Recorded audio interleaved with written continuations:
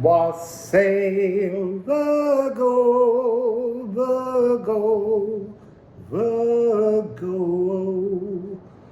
The year just made me so hot. I don't know why, but I finished the reading and I'm just like, ooh, I'm on fire. I'm going to push on. So I've only got 2 signs to do. And the trouble is I've got a bit of a thrill about doing Virgo. Because there's something about, there's a very strong connection somehow between Virgo and Sedna. So Sedna is this Inuit sea goddess. And she's an asteroid that takes 11,408 years to go around the sun.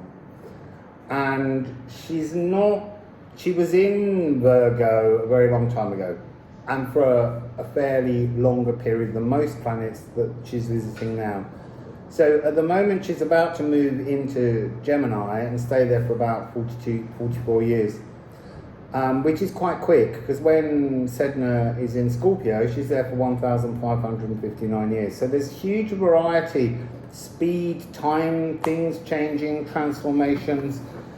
And yours is a future energy, Virgo, but I don't know whether that's what Sedna will be talking about, or whether she'll be talking about the relationship between water and agriculture, which is an energy I've been picking up a lot. I'm very much drawn to the fact that there's so many aspects of the original way in which we perceived Virgo before she just became a virgin, that's much more to do with that kind of fertile Persephone frequency.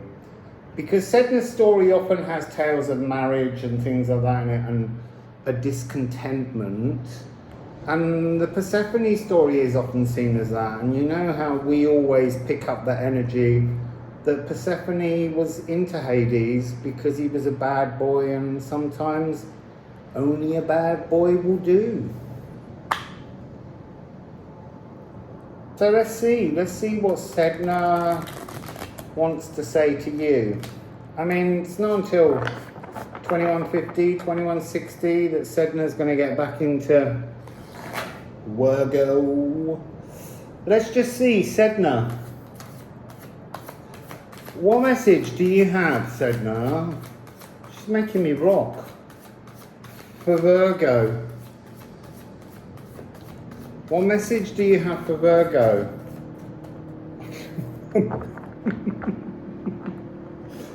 I can hear the deck itself organising itself. It's like, it's Virgo, come on, get organised.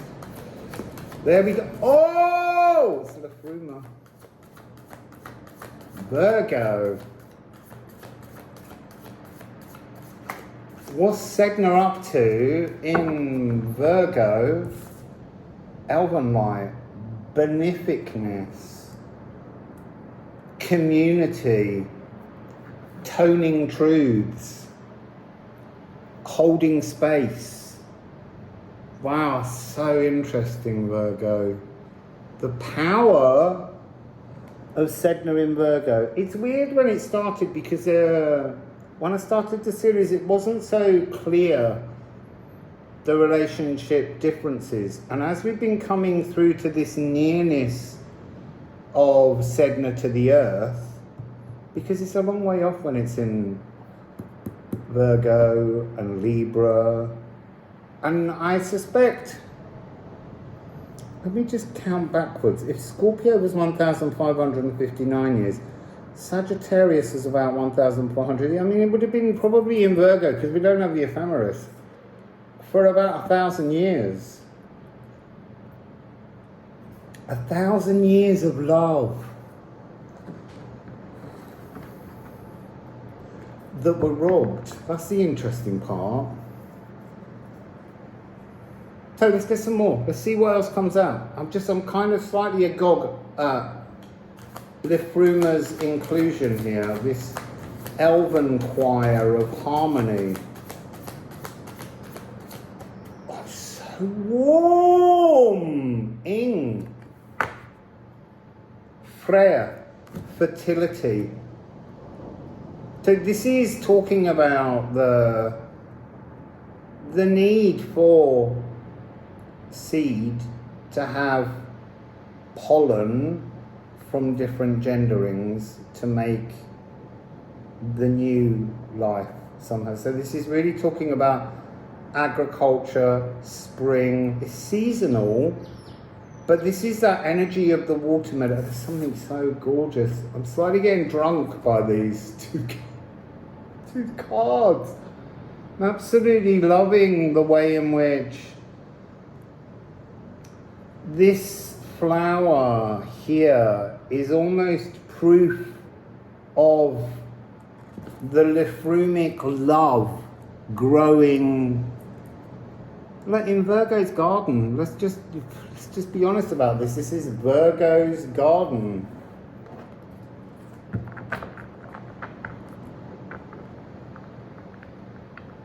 You see, there is an energy here.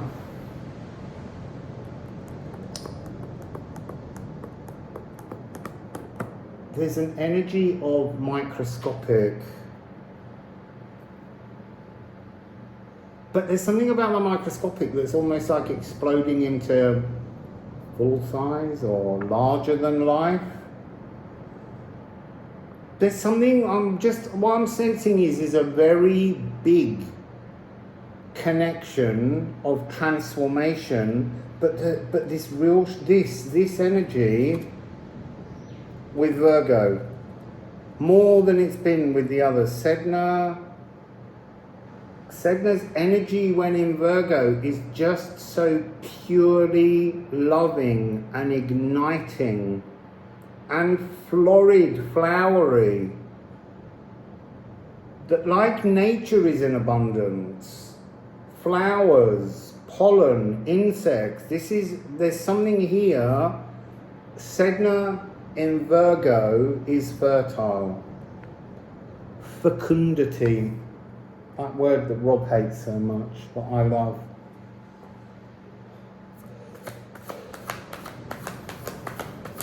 So this is I'm seeing bellies, like bellies pregnant, but bellies almost birthing seeds, not babies. Creepy. So Sedna and Virgo, Sedna and Virgo, Sedna and Virgo. There was a definite energy of separation in these two cards. Os and Etburstum. So I'm going to put them the way around that I saw them for you to see. So we've got 55 and 4. So we've now got 2, 2 and 5, 5. We're looking at master numbers here. It's quite a seismic change. This is all of that I've just described.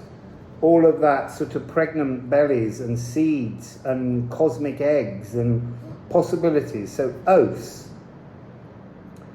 It's often called God and mouth. The mouth of an estuary, the source of all godliness, some space in the universe. This is often seen as one stage almost down from the pure source of God, because this is the whole entire cosmic collective singing the same tune before that level of God. But this really represents the godliness of the vessel. This is the godliness of consciousness. So they are two slightly different things. So Sedna is the consciousness. Virgo is the womb, the body, the physical, earthy, mutatable energy that allows in the Sedna frequency. And there's something about the bursting out that they're showing me here as a kind of a reversal, almost like the gathering in, the ability that Virgo has to open, release, and I mean release physical eggs, and then be fed new information, close the gap, and your Os is now ready. And then at some other point later, you'll outburst some more stuff, and then use that same frequency to refuel. That's so interesting. That's the first time that Etburstum card has come through with a reverse direction. It does have a reverse direction pictured on it. There's 3 facing towards and 1 facing away. So there's something in that about the energy of what you release might be multi-layered, but what comes in will be singular. Singular because it's based on Liffruma. It has to be some kind of... This is an energy, I feel like this is an energy of a period in history and a period in the future of self-love. It's just, that's what it's coming across as. It's humans being able to truly and absolutely fill themselves with self-love. A different kind of periodic existence. And we have the Gununga gap, all potential being sought by Ula. Ula, the omen of astral shadow boxing. There is something in this energy where Sedna offers renewals. In the Gununga gap, things that you can reach out and tune into, moments that you can find, adjusting your perceptions. But I don't mean that that's just you. I mean this is Sedna doing this to the collective, because this opens as a collective energy. It's really important to understand that while we can be sitting here and saying, when Sedna is in Virgo, this is exactly the energy that humanity will be attuned to, but we have to get to that energy. So that energy has to have a now moment. It has to be possible to capture what was the last visit of this loving frequency to humanity and the coming one, and just accept that it has to begin its roots if it's an Yggdrasil tree now. So reach out your senses and try and tune in to that aspect. Try and find the comfort in the potential. But you will have to release to make room for this new Gununga gap, Ula energy.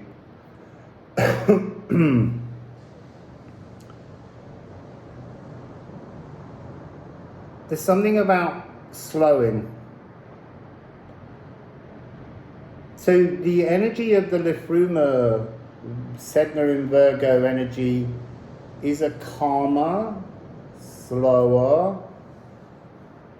It's not got the same speed as now, because remember, Sedna's getting quicker and quicker, and now as Sedna moves past Gemini, Cancer, Leo, and it gets to Virgo, it's beginning to lengthen. It's already 1,000 years. With Libra, it's going to be 1,400. And then back to Scorpio.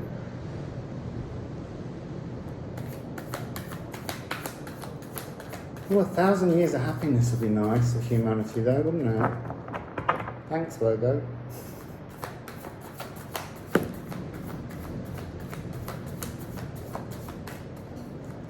So one other card, health. Look, you see, then that's a beautiful one to be considering, moving towards being in balance, being restored. It's a restoration. It's a restoration period. But somehow you've got to imagine it now, to feed it into your now. You've got to understand, you've got to tune into this Liffruma of the future and the Liffruma of the past, and allow that access to come through and carry that light with you as a kind of way of seeing in the dark the place that frightens you so much. So Virgo, any last message, Sedna, for Virgo with their wonderful world? Okay, Wakand.